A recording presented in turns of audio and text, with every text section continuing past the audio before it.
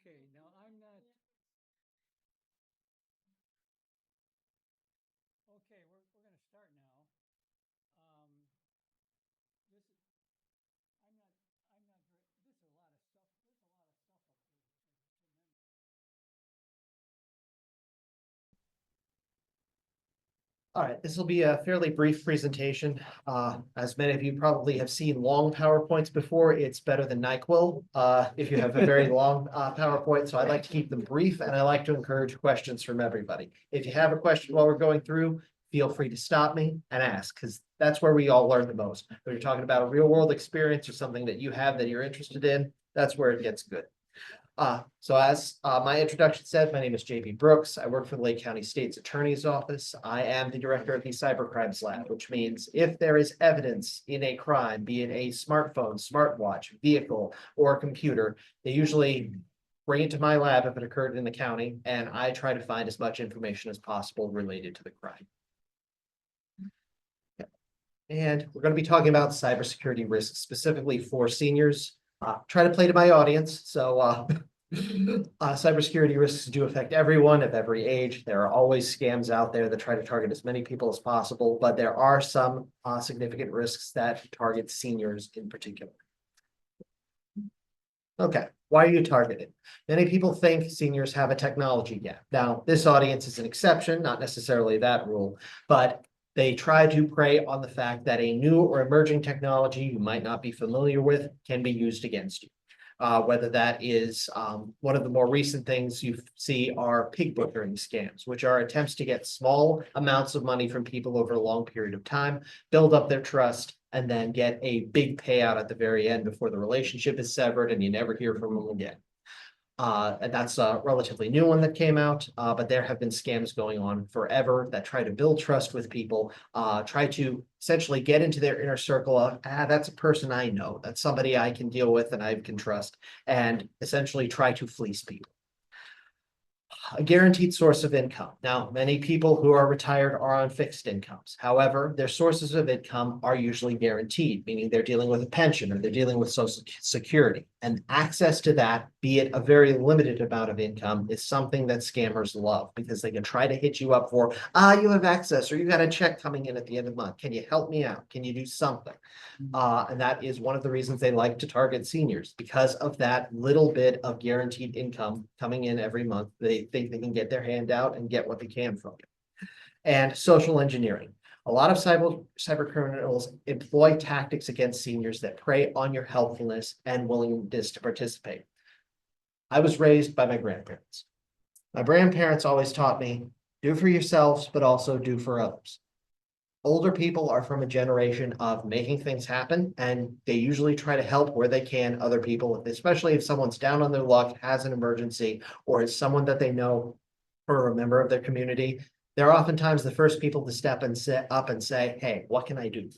Well, criminals like to take advantage of that. Okay, and what are they after? They're always after money. Criminals want money, some kind of payday in some way. Now, how they get that money, be it they have a rapport with you and they get you to invest with them in something that doesn't exist, or they get you to send them a little bit of money due to an emergency. Can't tell you how many of these scams start with a sense of urgency. Your friend broke her leg. Oh, now, something's happened right now. A lot of times it will be younger member of your family did something stupid and is in jail. Well, they need money right now. Bear in mind, the way the jail system works is you're usually at least going to spend a night in there before the judge wakes up the next morning and grants you a bond. So a lot of these things where they're saying, now, give us money now. Hold off, see what's up, maybe call around, see what's going on, see if it's actually a legitimate concern. Like you did, it delayed a little bit, so you got in there, were able to determine that person actually isn't hurt. That's fraudulent. Yeah. Always adopt that, because whenever you hear this sense of urgency, well, what's really urgent about it? What's going to be the difference between me responding to it immediately today or giving it even a couple of hours, thinking it through and confirming what's happening? They try to also siphon money a lot through gift cards. Now, I'll tell you this, you people have been dealing with bills, credit card companies, and healthcare providers for many years.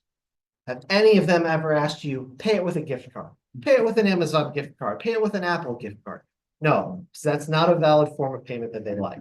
But surprisingly enough, and back when I was a uniformed police officer, I would get this all the time. I would get people coming in a frenzy again, sense of urgency, not necessarily older people, younger people, people in their 40s, coming in saying they have to get these gift cards for this particular issue.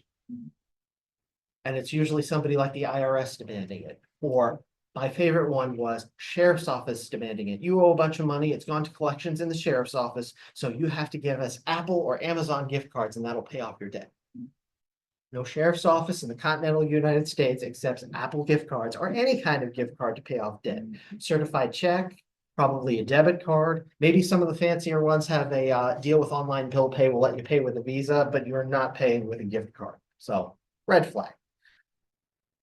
The other thing they try to get is they attempt to steal personally identifying information. You hear this a lot on the news now, PII, because everybody is buying and selling your information. All these big brokering accounts buy and sell people's information. That can be your email address, your phone number, your name, and your date of birth.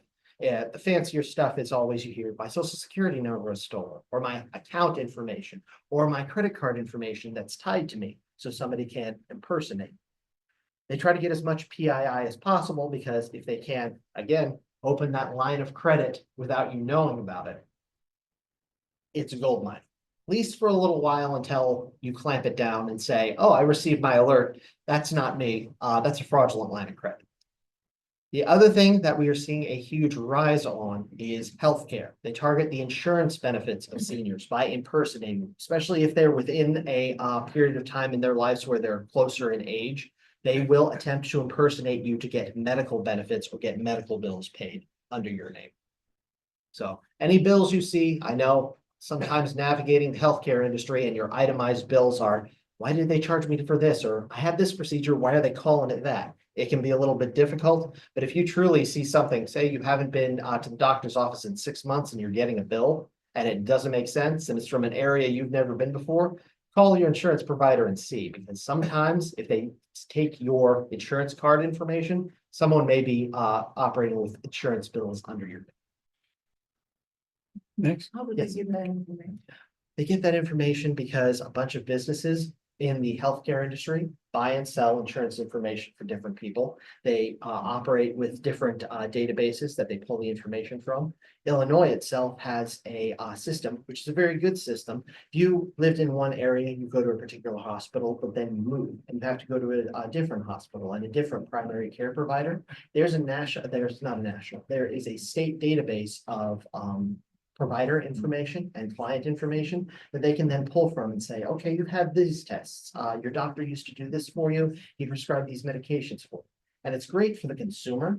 The problem is if those central databases ever get hacked, they got all the information. They have your insurance provider or even your old insurance provider. I used to get scam calls from my old insurance provider before I moved to Illinois because they had a major data breach and virtually 1 in every 3 consumers got their information taken from them.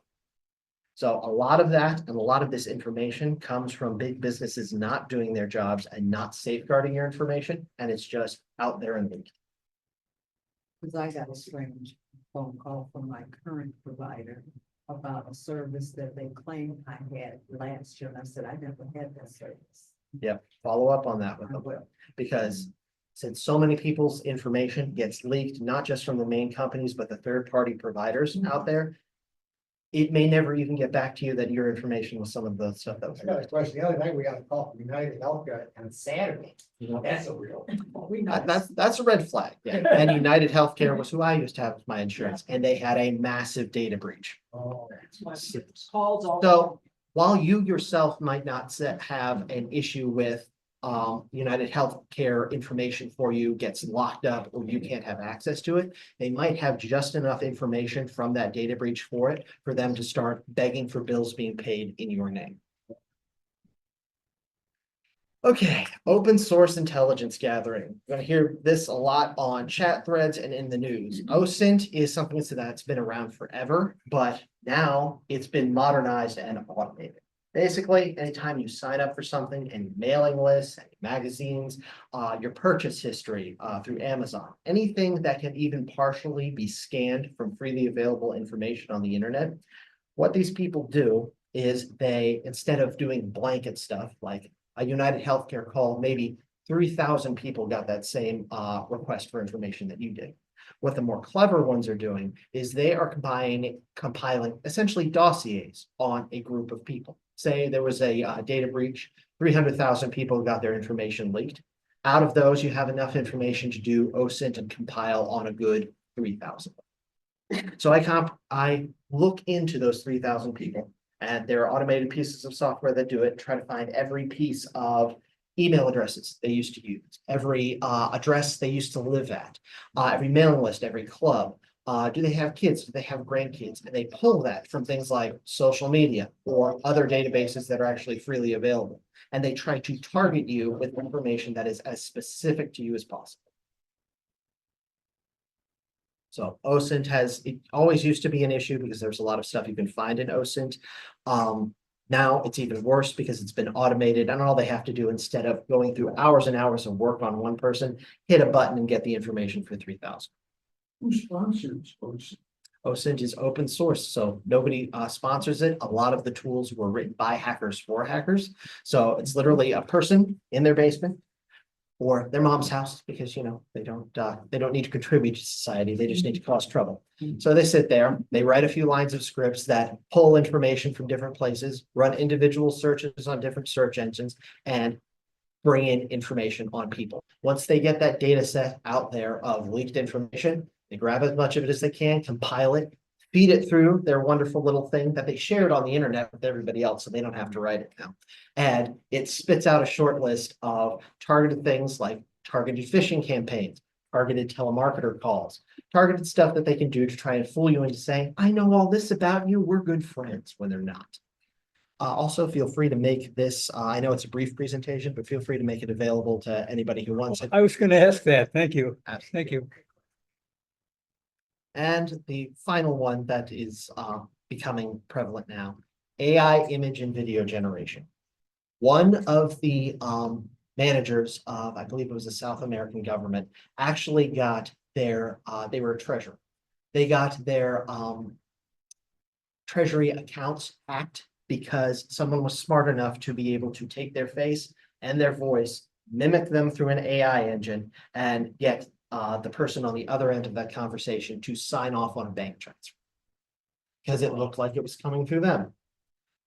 AI is nothing to be super afraid of, because how many people here are familiar at all with any kind of like simple programming? Bash scripts, Python, anything like that? AI, Fortran, that's good. They still use, they still use a lot of Fortran in data science because it's simple and fast. So in a computer program, there is something called an if statement. If something is true, something is false. Something is 1, something is 0. All AI is 100 billion of those yes/no questions being lined up with each other. You give it a big batch of data. My first experience with it when in college is I created an AI model that told the difference between dogs and cats. Took a picture and showed it to the AI model and said, is this a dog or is this a cat? Well, you feed it a bunch of test stuff and it determines its own rules. It's nothing that a person determines. It comes up with its own rules of, this is a dog. I'm looking at this one, this looks like a cat. The only problem is, and the fun part of the limitations of AI, is it's based on people. People aren't perfect. So the test battery that they gave us in school, all of the dog pictures were taken on cloudy days, all of the cat pictures were taken on sunny days. So if you took it out to the real world, it did horribly because it thought everything with a cloud in it was a dog picture, whether it had a dog or not. And everything that was sunny had a cat picture, because it makes up its own rules. Eventually, it will get good, and some of the specialized AI is really good, especially with the fabrication of stuff. If they're a public figure, it can make it look like they're moving or doing things because it has a lot of information to draw on. But it is basically sorting a lot of information very quickly. And unfortunately, especially with video generation, especially if they have a bunch of images and videos of you or recordings of your voice, the technology has gotten good enough to where your voice can be very easily formed. Okay, so solutions. Aha, first one, credit monitoring. You got good credit monitoring going. Now, there is usually a gap, especially if it is a true loan versus a credit card. Because I have Credit Karma. I know you go through your bank. A lot of them are free and the free is good. If you open a credit card, it will alert you immediately. If you, on the other hand, open something like a personal loan or mortgage or a car, could be a couple of months before that rolls out onto your actual works. And that has to do with the speed at which the agency who you got the line of credit through reports it to the actual credit bureaus. So there can be a delay. But credit monitoring is very important. If you're able to do credit monitoring, please by all means do, because not only is it great to check your credit scores, if you notice, I didn't have that Citibank card, I don't even bank through Citibank. Gets the ball rolling, being able to contact people better. As somebody mentioned here, I believe it was you, freezing your credit. Freezing your credit works as long as, one, you never forget the passwords and stuff you used to freeze it. Because if you have it on a sheet of paper, or you have it on a computer and anything happens to that is a problem in trying to prove who you are to the credit agencies. But if it's not, and it's something you're comfortable with, and you know those challenge questions and you know those passwords, it's something very good for people who don't need to buy a house, don't need to buy a car, and already have all the credit cards they need to have. Because when your credit is static and your credit is strong, you are a very ripe target for people. That high 700s, low 800s credit score, as soon as somebody sees that, maybe has your information, you're exactly the kind of person that can say, well, they're not going to miss a $10,000, $20,000 loan. Heck, it's not even going to affect their credit. Let me shoot that through, see if I can get approved for it real quick before they get alerted to it. And another thing, we had a real estate transfer. We had some property in Missouri. Yeah. And there was a lot of security Oh, yeah. because I hear so many people are losing their money. There That's a are, big, especially with the inflated real estate prices and because of scams going on, if your real estate transaction is over a certain amount, you're not allowed to do a bank check anymore. It has to be a wire transfer. this must have been, but they asked me a lot of questions and, Why they even transfer? Oh, yeah. Oh, yeah, they had to because I know the hacking is horrible. It is. So everything was safe, you know. Right. ACH and wire transactions have their own safeguards through them. I know that because I used to have to actually audit ACH and wire transfer systems. They can still be fooled. So what they ended up adopting, a lot of places, especially places that do big ticket items like real estate, land, they adopted CATO protocols, which is corporate account takeover protocols for any of those large account transactions, even if it's an individual. Now, CATO requires you to prove your identity, show me a photo ID, prove you actually owned this or bought it, and then we'll consider making the transfer once we've verified the other person. Because the rules for CATO actually put the risk back on the bank. So if they do a fraudulent transaction, you can sue them and say, you didn't do your due diligence, give me all my money back. And they will have to, because that has to actually do with regulations as far as the FDIC. The FDIC does not like large-scale fraud or people being lazy with other people's information. And if there's enough of it, the FDIC will say, okay, we're not going to insure your bank anymore, and you need FDIC insurance in order to be able to function as a bank. So do you want to be a bank, or do you want to make sure that everybody's money is going where it's supposed to be? Also, I've heard that people get their houses stolen, their mortgage or. No, if your bank doesn't own your house and you have a clear title to your house, you're in trouble because they can steal your. What can they do? They can steal your. They can open up a mortgage or a home equity line of credit on your house without your knowledge. But if the bank owns it, they can't. No, if the bank owns it, it's the bank's fault. State. If the bank owns it and transfers the title or deed, that's on the bank, that's not on you.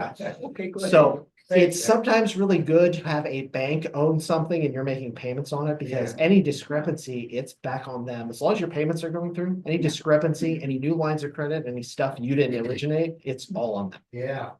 You better not to pay your house. Better not pay off your house. Besides freezing your credit bureau accounts, what else is involved in credit monitoring? Credit monitoring, you usually sign up through a company. Like I said, I use Credit Karma because it pulls information from the big three. You can also do through your bank. I have several bank stuff that allows you to access that and your FICO score. And all it does is it taps into either one, two, or all three of the big credit monitoring agencies, and will send you an alert as soon as there's a tremor in it, meaning new credit account was opened. This credit account was paid off, or there's been a transfer in something. It will say, hey, we've seen a change on your credit report. Note this, does it look fishy? And if it doesn't, you're good. And if it does, something to follow up on. So what can you do, Google or Credit Karma? You could do Credit Karma. Like I said, I just use that personally. I can't endorse anything, obviously. A lot of people like it through their bank. You'll have to see what the limitations on your individual bank are, but every major bank will have some kind of credit monitoring, even certain credit cards. Discover will allow you to set up your own credit alerts if you are a customer. They do that. Yeah. Mhm. Oh, so, Bank of America too. Yeah, so basically it's the, go ahead. I've seen on our credit report, companies I've never heard of, but actually it's just a different name for a company I am dealing with. Right, because they will buy or sell it to different things, or they will have a parent company that they're dealing with. That's the actual name of it. They report to the credit report. Sometimes it's hard to make the association. Very much so. That's why I usually, whenever anything like that happens, go by the amount that they're saying that I owe them rather than the company that's saying it. Because as long as the amount is right, I'm fairly certain it's going to the right place. But yeah, I would venture to say, at least as personal advice, obviously, like I said, I can't endorse one thing or another, especially since I'm a county employee. But one of the best things you can do is if you have an account already that offers credit monitoring, turn it on, set it up for how you want to just to monitor for unusual activity, and that will help quite a bit. Discover's good at that, because Discover's excellent at that. because, you know, every time I make a little charge, they'll get, you know, and if it's me, I don't have no worries. Right. But if it's somebody else. Well, our cards were both hacked. Yeah, I had, my, we have, was hacked. When you would go to the bank or. I would go to wherever you have an account already, because if Yeah. you have an account through a major bank or a credit card company, you already have the option of credit monitoring. You don't need to start a new account or get a new service. You don't. Right, no, but I haven't discovered. There you go. Yep. Go online. Yep, go online there and set up your credit monitoring. Credit. We have ours through the First American Bank. I think we pay like, was it $14. $14 Yeah. a month for Not two of us? hardly anything. Right. Yeah, so we get alerts. And that probably means you have the advanced coverage, which means they monitor a couple more And they things. use it, the businesses use this. Yeah, That's absolutely. Very secure, yeah. The next tip is to trust but verify, which means if you get a strange call at 3 a.m. in the morning saying your nephew Johnny, who's a troublemaker, is in jail, and Johnny's not a troublemaker, or maybe you don't have a nephew named Johnny, that's a red flag. Don't automatically just send it out there. Even if you do have a nephew named Johnny and he is a troublemaker and he says he's in jail, he's going to be in jail until the next morning, until a judge comes out and gives him the opportunity to post bail. So there will be no urgency there. When you have an emergency and your friend says they broke their leg, Yeah. maybe call the person who broke their leg or another one of the friends and say, did you hear about that? Is that true? You can always trust, you can trust something at face value, but please verify it as well. Verify it through another source. If you get a suspicious thing from your bank, this is another thing they like to do. Your account's been hacked, click on this link immediately and verify your identity. No, you got a phone number and a website on the back of your card that came from the bank itself. They are more than happy to tell you if something like that happened. That's why they sit on the phone call waiting to talk to you. Call the number, not the number that you get on that text message or that wonderful strange email with not quite the right font on it that the bank uses. Call the number or visit the website on the back of your card, log in, see what's going on. Talk to an actual person from the bank, from you giving them a call. And that is trusting to verify.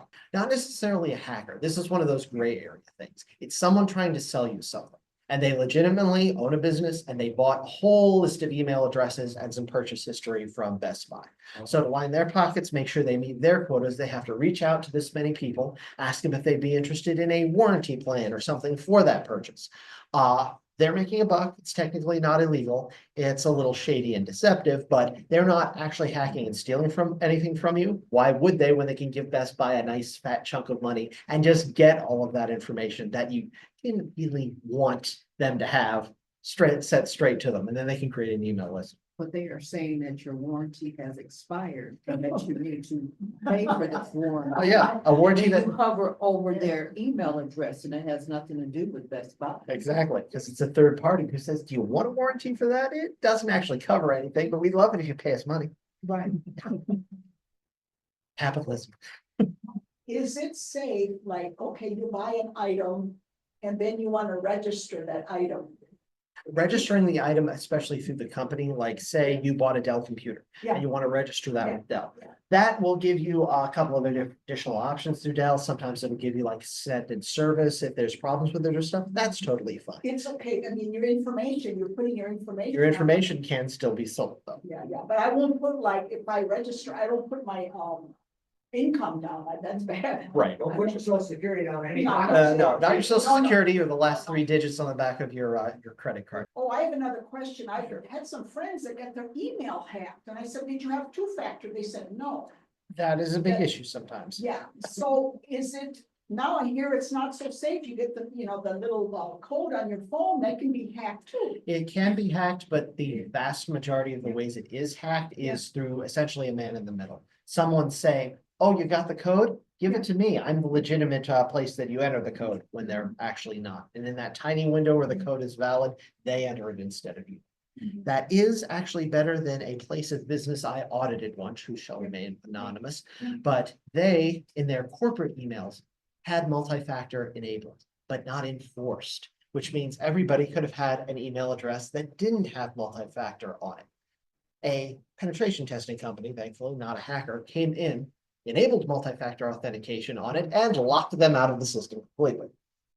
Wow. So, yes, multi-factor authentication is still good, but be careful who you give that PIN to. Make sure you're entering it only on the official website through a That's all session you that do, you right? created. That's why I have a password manager, because it will not allow me to go to a fake site. There That's you what go. I like best about it, because what was that travel thing that got hacked? Oh, We buy tickets. Ticketmaster got it. Yeah, They and got they'll hacked. forward you to a different address because they Right. hacked the front page and they Yeah. pointed it to And- their address. But I purposely tested that, let me go to that Ticketmaster, it won't let me go in there. Yep, because That's the one IP thing address is that wrong. thing, Yep. that I'm not going to a fake site, yeah. Yeah, you gotta be so careful. Which that brings us into our next tip. Never make payments through unknown or unsolicited channels. You may owe a payment. It says you got a payment. Great. Oh, yeah. I'm not using the link you just sent me to click. I'm going in the official website that I know I have an account with. And I'm seeing if that payment is actually owed. You'll get the same amount of money, but I'll make sure that it's going where it's supposed to. Pursue irregularities. If something feels a little bit weird, don't say, I'll look at it later. Look at it when you have time, but do look at it. Just like the situation you had with the friend who broke her femur. Yeah. Look at it later. Make sure of it. Confirm. I, People's intuition. Let's put it this way. You haven't gotten to this age without having at least a little bit of intuition and good sense. Trust that. If something seems off, something seems a little strange, if something has a different color of the splash screen of that website, ask about it, follow up on it. You never know when it's going to do something that might save you a whole bunch of money. one time I had somebody come to the door and some guy was like, oh, my sister is down the street, she needs something. And I was show me, and well, then he walked away. Latest thing that is scamming around my neighborhood is solar panels. They want you to put in those solar panels. They need you to put in those solar panels. The window is closing on the grant money for solar It's panels. free, right? Oh, it's free, except you don't own the solar panels. We're gonna keep you from having to worry about any hail damage or any storm damage. You're just gonna pay us the rental of those solar panels for the rest of your life and have a $200 power bill for it. Yes, that's the whole point. But don't worry, it continues on forever because you're always renting those solar panels from it. You're gonna save so much money on comment. In this climate, I don't think solar panels work. Maybe in Arizona. Maybe there. wind would work around here, depends. Yeah. But solar panels, yeah, a little bit too much cloud cover. Yeah, too much. The other thing that you can do is arrange for a trusted person to help verify information. Nobody's an expert on anything. The audience here is more tech savvy than the average senior citizen. So maybe you're the trusted person that someone who knows less comes to and says, well, this doesn't seem right. Have you ever heard or seen anything like this? What should I do about it? Have that person who stays up on things. Like I said, you may be that trusted person to someone else who's not necessarily as good at something, telling them, I sat through a meeting once where a guy who works at the crime lab told me, follow through with that. Trust your your intuition and check what's going on here before you make that payment. I think a lot of seniors are lonesome. Exactly. That's the They want that problem. interaction Yeah, and they that's want the to feel problem. helpful. Oh, yeah. Next. Are we gonna get any government help in the future, better laws or something? They are working on some essentially, it's an extension of elder abuse laws for people who are trying to habitually fleece seniors. The problem is always with jurisdiction. The way the legal process works, and it's important because the legal process should always have checks and balances. But the legal processes goes with local government, it goes with state government, it goes with federal government. That doesn't touch people in Nigeria trying to fleece you of your money because they have entirely different laws. One of the things I know we didn't touch on is everybody's trying to get everyone else to do crypto. They're trying to get people to buy Bitcoin and send them Bitcoin. The minute you do that is essentially becomes part of the ether. Now we are working, and there have been some very good headways on if you have any cryptocurrency and you've been sending it to someone, being able to freeze that account and get the money back to you. But it is all dependent on how savvy the person who is taking it from you is and how quickly they can withdraw it or move it before that freeze can take place. But yeah, Yeah. cryptocurrency is fluctuating. It basically is more like a stock or a fluctuating investment than it is a true currency. That's one of the issues that you see a lot when people are scammed and victimized out of their cryptocurrency. A lot of times it drops in value by the time you actually are able to recover it. So even though you recover nearly all of their cryptocurrency, the actual value in it is so low, they might never recoup it. Got breached. If everybody remembers the Equifax breach, they actually set up a website to where there is debate on whether it was accurate or not, but they actually set up a website to where you can see if you enter the last 4 digits of your social security number and your last name, whether you were one of the affected people. A lot of times, if it's a lot wide scale breach that they can pinpoint down, they can actually do that for you if you're breached. Also, it's important to, does it say in there what information is breached? No. A lot of them will have a breakdown of the information that was actually contained in the breach. Oftentimes, if you're lucky, it is something like, oh, they got your email address, or they got part of your social security number, your last name and your email address. But it's nothing that you can cohesively put together to actually exploit. This organization is a medical information clearinghouse. So broker Yeah. sends out information to a lot of people and apparently didn't do their job safeguarding your information. How would you know that this is really a legitimate organization? Well, in this particular situation, Google's your friend. You can look up the company, see if it actually listed that it had a data breach. Because fortunately, it used to be hit and miss as to whether companies even reported they got data breaches. Sometimes they go 6 months to a year before even telling people. Now, there are actually SEC requirements. If you're a publicly traded company or are owned by a publicly traded company and you've had a data breach, you have X number of weeks to disclose it because it is part of Security and Exchange. So you'll see a lot more of these coming out now because it's actually been a requirement. One of the funny things is one of the companies that got a data breach that failed to report to the SEC was actually reported by the hackers who breached them. Well, because they wouldn't pay the ransomware. They said, we want X amount of money for ransomware. You've got 3 days to get back to us. They ignored them and then put out a press statement of, we don't negotiate with these people. And they said, oh, well, we noticed you didn't do an SEC filing, which we know is a requirement. So we just went ahead and did that for you. We've had 2 very frustrating experiences. Oh, we're AT&T customers, so we got the notice about AT&T data breach. And so to make up for it, they were going to provide us with 2 years of free Equifax Yeah. monitoring. I tried 5 times and could not set up the Equifax monitoring, either online or phoning Equifax. I got connected with a person who was their first day on the job. They had no idea what this AT&T situation was. They had every question or I tried to answer. They had to go talk to somebody else. I gave up on it. So I found that a lot of these monitoring services to benefit. Everybody has a plan on paper until Yeah. it actually happens, which is the problem. Because they didn't have an infrastructure to be able to handle it. They didn't have people at the call centers trained to record the information. And Equifax was so good at cybersecurity. They're responsible for one of the largest breaches in American history. Which resulted from them not being able to patch their Apache client within 6 months of when the patch occurred. The other one we're dealing with, and I have given up. My wife is insisting on being a little more persistent. She wanted to freeze our credit at all 3, TransUnion, Equifax, Experience. Experian. I believe again, one of them, she has sent the same information related to me 3 times. They keep asking, she sent them the same, and they keep coming back, we cannot freeze your account, we need this information, that she has sent them three times. Now, if they can't successfully freeze it, I'm concerned about how successful they'll be at unfreezing it if I actually need it. Which is, I look at Credit Karma roughly once a week. right, Um, which you can also trigger alerts for any unusual activity. I have Yeah. mine for when it either has a large balance change on one of my credit accounts or when a new credit account. Yeah. So I have tried to convince my wife to just give up on this. I'm fairly confident that we're monitoring it safely enough and not to continue trying to deal with these people. Which it is sad, but unfortunately, a lot of the credit monitoring agencies are happy to tell you when you can or can't have credit that you may have worked all of your life to build up, you know. You want that new car?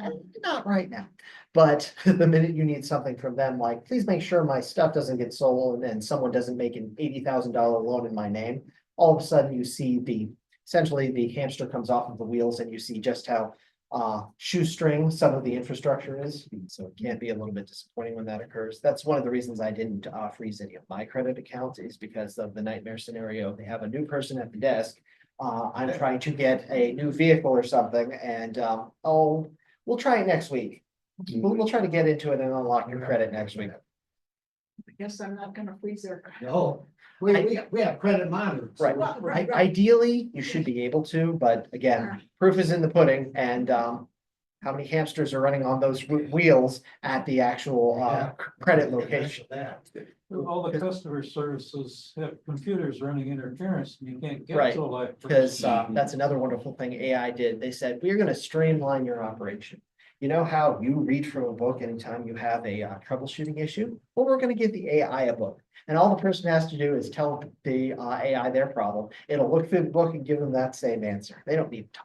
The nice thing about Discover, you can get a live person. Yeah, they are one of the And few Bank of companies that America, do. you can Yeah. too. There's 2 of them. I mean, even City Card, you can, but you have to wait a while, but you can do it. You generally still can everywhere. It just depends on which actual number you call. And if you know the right menu options to get to, because they have to keep some human customer service available for when the AI model completely forgets what it's doing and never gets anything right, because at the end of the day, they want their money from you. So if a human being that they have to pay and afford healthcare benefits for can facilitate that versus 10, 20 human beings in an office doing it, that's still gonna keep the one who needs something. It Yeah, depends on- it's getting funneled from a central hub to the next person available. How do they disguise those phone numbers though when they? VoIP, Voice over Internet Protocol. There are actually apps, which don't try this at home, because some of those apps are very good to law enforcement when they ask for a search warrant on who used them. But there are free apps on the internet used for pranks and good fun that will allow you to clone someone's phone number. They don't actually clone it. What they do is you're sending a packet of data through the phone network to the other phone. And the other phone reads that packet of data to determine what the phone number is. Now, your phone itself does the funny thing of saying, this is mom, or this is my son, because it has that listed as the contact. So all it has to do is send you the information that it came from a phone number that it didn't actually come from, and your phone will read it as coming from mom. A bunch of people back in the day, they were school children, didn't want to do their pop quiz, so their thing was they would download a free app and call it a bomb threat. That didn't work out very well for them, because these app companies say you're not allowed to commit crimes with them, and they exist in the United States. So as soon as the search warrant came down, they said, here's the actual phone number, here's the IMEI number for the phone, here's the serial number for the phone, and here's the carrier account for the phone that did all of this. Have fun. Well, the other day, the VA called me because they reminded me of my appointment. Well, I didn't pick it up right away. Then I said, well, I better pick it up, because it said VA. I said, good thing I did, because it was legit, Right, but not always, sometimes you pick it up with some jerk out there. right. I didn't even text, Rose Sacramento, I haven't even found it yet, and too busy working on, but the thing is, it's a free tag area code, and I looked at it on this button. Right. And I've seen it, it's not that free thing, it's whoever that text. They I'm got, getting text like that. and how long have you had the phone number? Oh, right. All right, so. He's called before. Right, your phone number got leaked as part of either a data breach or a data purchase, and they are sending out those spam calls and spam texts every once in a while just to see who will answer, to see if it's still a valid number. And it's exactly 220.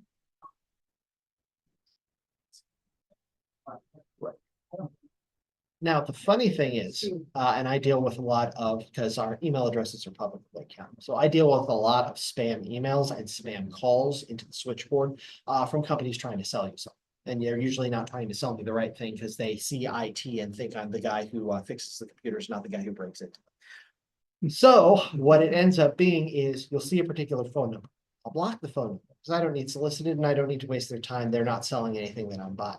I'll get the same person calling on a completely different phone number from a completely different region of the country because they're pulling from a battery of VoIP phone numbers that they have that they are just spitting out trying to contact me. They're not even in control of the phone number that they're getting. They're just using a revolving door of available phone numbers, and the next one that's available to connect is the one that they get given.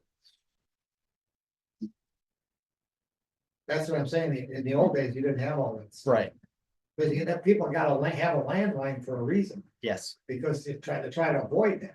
But we don't get as many calls on our landline, because I don't answer them We don't anymore. answer. Right. So in other words, the ones I do answer are the legit ones, but Also, a lot of people, even if they still have a landline, use their cell phone for everything because a lot of the things that you sign up for require a text message to be sent to it. So all of the updated databases that people are either purchasing or stealing when they get leaked are all cell numbers. And that's what they want because that has text capability. yeah, we've been getting less calls on our landline than we used to. We still get some occasional. Right.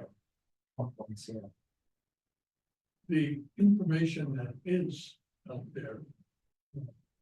Are there ways to find out what is out there and Yes, actually, Cover? some of the credit monitoring agencies, if you pay for the premium service like you do, will actually do what is called a dark web scan. Basically, they're not actually sending that information out for it, but there are a couple of known depositories on different websites used for nefarious purposes when leaks occur. And what they do is they scan to see if your information is part of it. So you'll receive an alert either from LifeLock, from the company that you use, if you're paying for a premium service, that said, hey, we noticed this, and this piece of information pulled from a dark web search. You might want to make sure your passwords are changed or that you monitor this email address if you still have access to it to make sure it doesn't get taken. I got a monitoring alert last week that my email address had been leaked onto the dark web. Fortunately, it was from a data breach that didn't contain any other PII. It was just my email address and nothing to do with the password. So I didn't have to do anything, but I will likely receive far more spam to that email address. On my password manager, I have data breach scanner on here. And in the past, yeah, there was hacking going on with my emails. Right. Now lately, I don't see anything, all breaches resolved. Yeah, Linda, my wife put on actually what computer he fixed, my wife put Brave on there. On the one you fixed, Yeah. and Brave cuts a lot of the advertising. I don't. Yeah. know that not all of it though? Yeah. No, It's there's got a few filters that's for- not like Google, you can't even read, if Google is advertising. I just have one more question. I'm like, oh, I'm right, so I'm getting a lot of, I'm just, so now this political Verizon. There is a list of known VoIP numbers that are either belong to companies that are somewhat fraudulent. They get there is a whole list of callers that they are essentially built from the do not call list that they automatically screen. for. Yes, I would get one. So while I was talking. and I think about that. Yeah, the major companies are trying to block them because they get so many spam calls, it actually ties up their network and bogs down the service. So they've started actually flagging things like that, and you will receive text alert messages going into a spam folder too. Is there any way to remove your information from the dark web? No, because the dark web doesn't function like the regular internet. A lot of them aren't legitimate websites and are anonymized for a reason. So once it's out there, it's out. Even if the website that has your information on it gets shut down, there was nothing to stop someone from making a copy of it and sending it back out there 6 months later. So assume if it's once compromised, it's always compromised. So For instance, your social security number has been compromised. It's a good idea. Right. The reason that you don't see as much account compromises is the financial institutions have actually stepped up their game, making sure you are who you say you are. Didn't used to be that way. It could basically just be a phone call or even an email correspondence or clicking a couple of things on a website that had your information in it. Not so much anymore. If you notice, like if you ever have to take out a personal loan or an auto loan, they'll require physical ID. And it'll be up-to-date ID, and they'll have to take a scan of it, and the scan will usually be a full spectrum light, so you'll see the little holographic image and everything on it. And then it's running it through database saying, is this a valid ID for this state? Does it have little holograms and all the little stuff to prevent it from being a fake or a Photoshop? And they are monitoring that way. Like I said, it has to do with, they've switched over to more corporate account takeover compliance, meaning everyone involved has to have their identities verified before we can proceed. And that's why, even though a lot of people, most people, in fact, have had things like their birth date and their social security number compromised at some point, it's why you're not seeing a pervasive amount of loans or credit being brought out in their name, because current ID, current information for you isn't available, and those safeguards are now baked into some of those systems. So things are getting safer overall, and they're also getting leaked faster overall. It's kind of an interesting escalation on both sides. It's a race. So where would you say most of the hackers originate? You know, we hear Korea, we hear, you know, China, we hear Russia. It depends on the type of hacker. Usually, if it is a coordinated effort, something that's like state sponsored, it is either from China, North Korea, or Russia. If it is someone operating scams, it's usually a third world country, somewhere in Nigeria or South America, that's doing it. But hackers can occur all over the world. A lot of the dark web stuff where they were selling things like drugs online were actually run by people right here in the US, making extra income by being a facilitator on the dark web. So just depends on as far as what they want and their end goals, and it's usually regionally based by that. Middle East.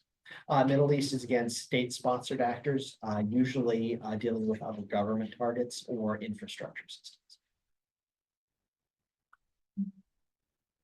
And you say that you're head of a lab. Do they actually have people working for you that check out the spam and the hacking, or? I do more criminal cases, so I'm homicides, child exploitation cases, and things of that nature. There is a component of that that we do, but mostly because of the jurisdictional limitations, it's at the federal level, usually through the FBI or more predominantly the Secret Service, especially when it's financial. So much abuse in the government on your side.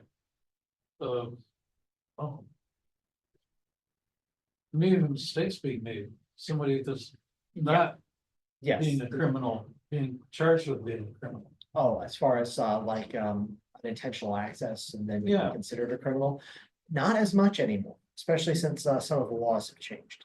There's something called, essentially it's a good faith clause in the hacking laws that exist in this country. If you were legitimately doing something that had no nefarious intent to it, and there's also something called responsible disclosure, saying you were looking at, say you were a security researcher, you were looking at a particular IP address, trying to see if there were any vulnerabilities. It automatically rerouted you to another one you weren't supposed to scan, but you found a vulnerability.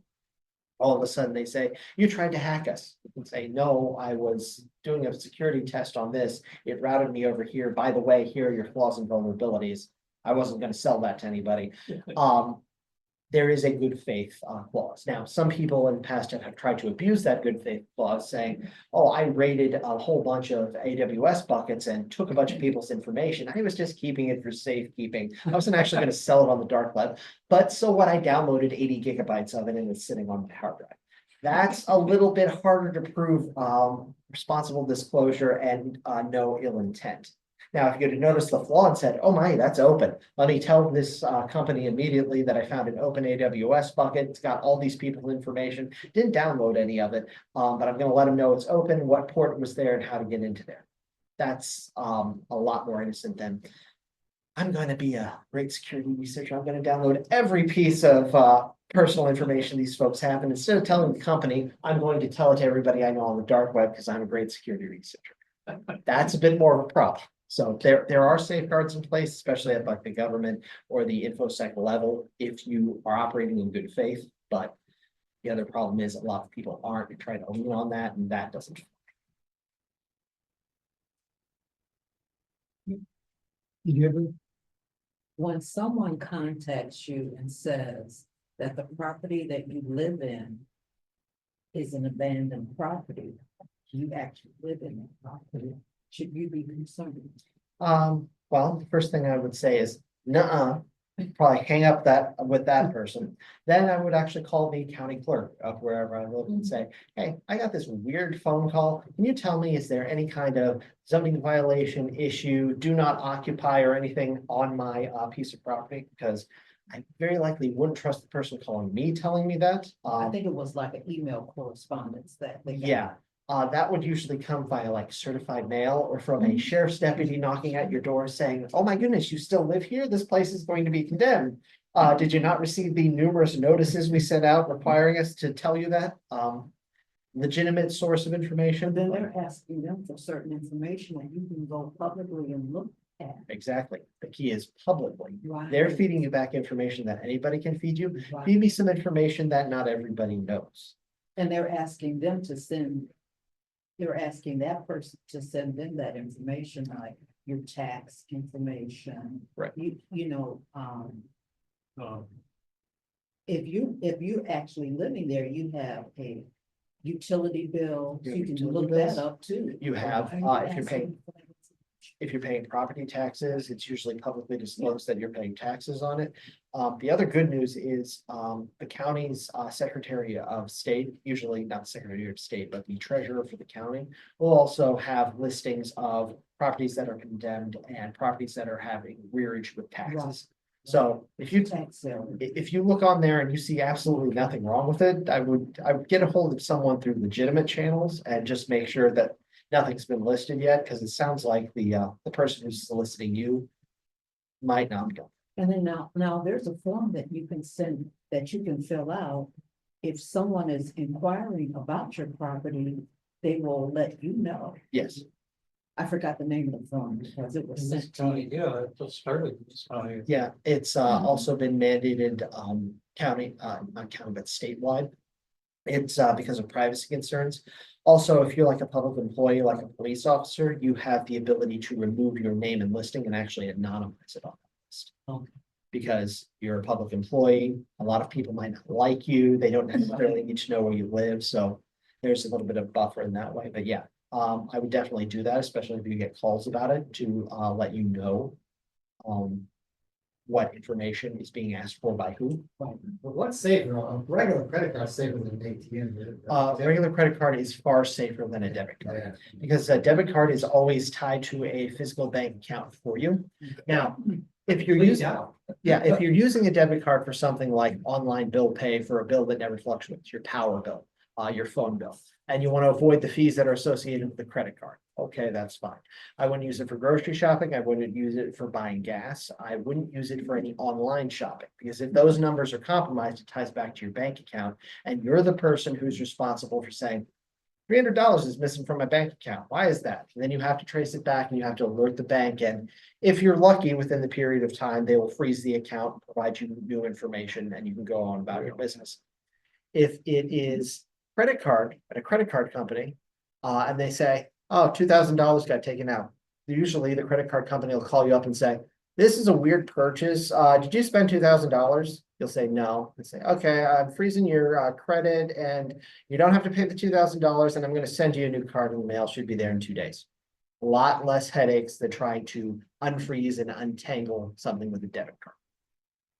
And that has to do with something called the PCI DSS, which is the payment card industry standards for how they operate.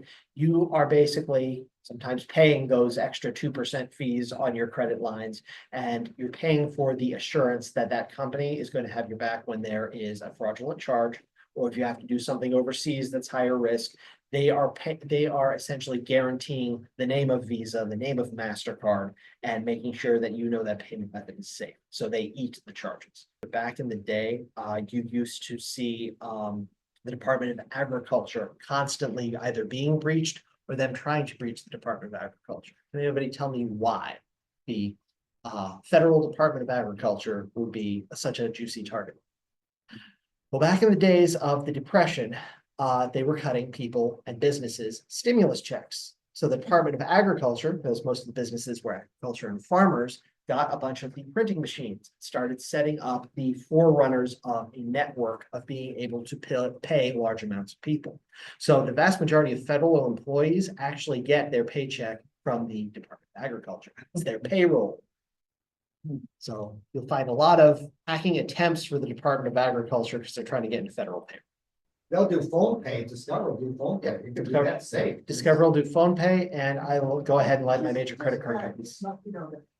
Yeah. And I go ahead and let them know my bank account information. One, I have two bank accounts. One my direct deposit goes into, the other one that I actually pay money out of.